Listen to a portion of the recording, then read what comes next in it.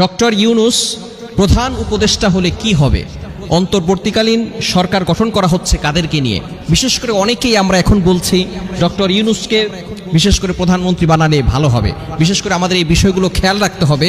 যদি তিনি এখন প্রধান উপদেষ্টা হয়ে যান, অনেকে মনে করছেন তিনি আওয়ামী লীগ বিরোধী ছিলেন, তিনি আওয়ামী লীগ সাপোর্ট করতেন না, এবং বিশেষ করে আওয়ামী লীগের সাথে ভারতের সাথে একটা সংযুক্ত রয়েছে এবং যার কারণে তিনি ভারতের সাথে সম্পর্ক রাখবেন না। অনেকে এই বিষয়টাকে ফোকাস করে আমরা মনে করছি যে ডক্টর ইউনূসকে দিলে ভালো হবে। তবে আমাদেরকে এই বিষয়গুলো খেয়াল রাখতে হবে যে তিনি কিন্তু ব্যাংকের সাথে জড়িত আছেন, সুদের কারবারের সাথে জড়িত আছেন, যেটা ইসলাম সাপোর্ট করে না।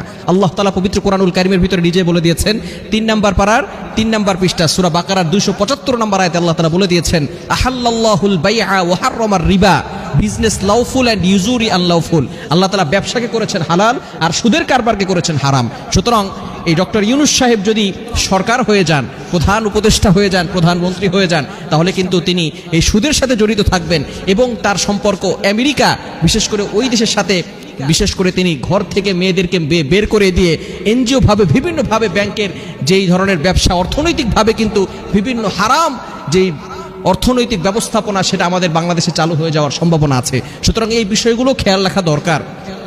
এমন একজন সরকার আমাদেরকে তো সামনে নির্ধারণ করতে হবে, সকল জনগণকে আমাদেরকে সচেতন হয়ে এমন একজন সরকার আমাদের সামনে উপস্থাপন করতে হবে যিনি ইসলামকে ভালোবাসে, যিনি আল্লাহকে ভয় করে, যিনি আল্লাহ তাআলার প্রত্যেকটা বিধানকে মানে, কোরআন অনুযায়ী রাষ্ট্র চালাতে পারে, ইসলামকে ভালোবাসে। নবীজি সাল্লাল্লাহু আলাইহি ওয়াসাল্লাম যেভাবে রাষ্ট্র চালিয়েছেন, আবু বকর সিদ্দিক রাদিয়াল্লাহু তাআলা আনহু যেভাবে রাষ্ট্র চালিয়েছেন, ওমর রাদিয়াল্লাহু তাআলা আনহু যেভাবে অর্ধ পৃথিবী শাসন করেছেন, আলী রাদিয়াল্লাহু তাআলা আনহু, ওসমান রাদিয়াল্লাহু তাআলা আনহু, তারা যেভাবে রাষ্ট্র শাসন ব্যবস্থা করেছেন, এমন যদি আমরা কাউকে পেয়ে যাই তাহলে অবশ্যই আমরা তাদের দিকে ফোকাস করব যারা ইসলামকে ভালোবাসে।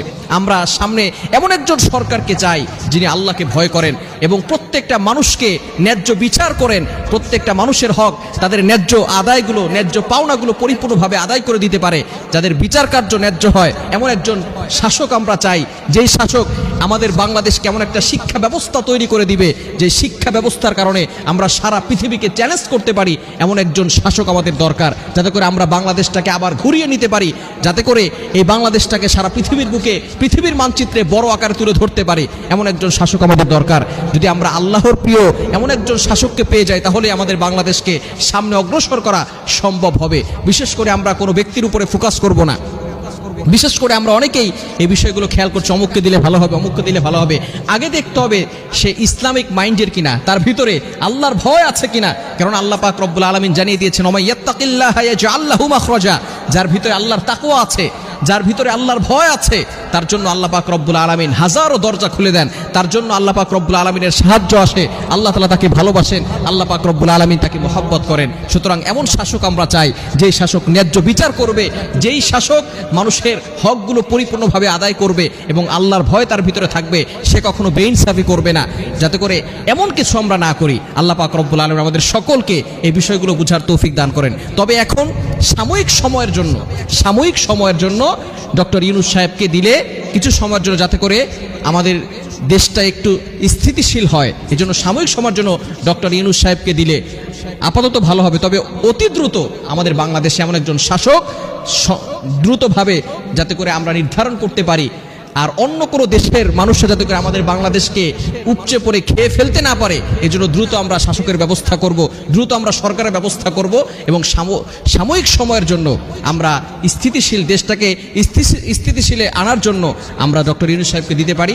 তবে আমাদের অবশ্যই খেয়াল রাখতে হবে ইসলামিক একজন সরকার যাতে করে আমাদের ভিতরে আসে এবং আল্লাহর ভয় তার ভিতরে থাকে। আল্লাহ তাআলা আমাদের সকলকে বোঝার তৌফিক দান করেন।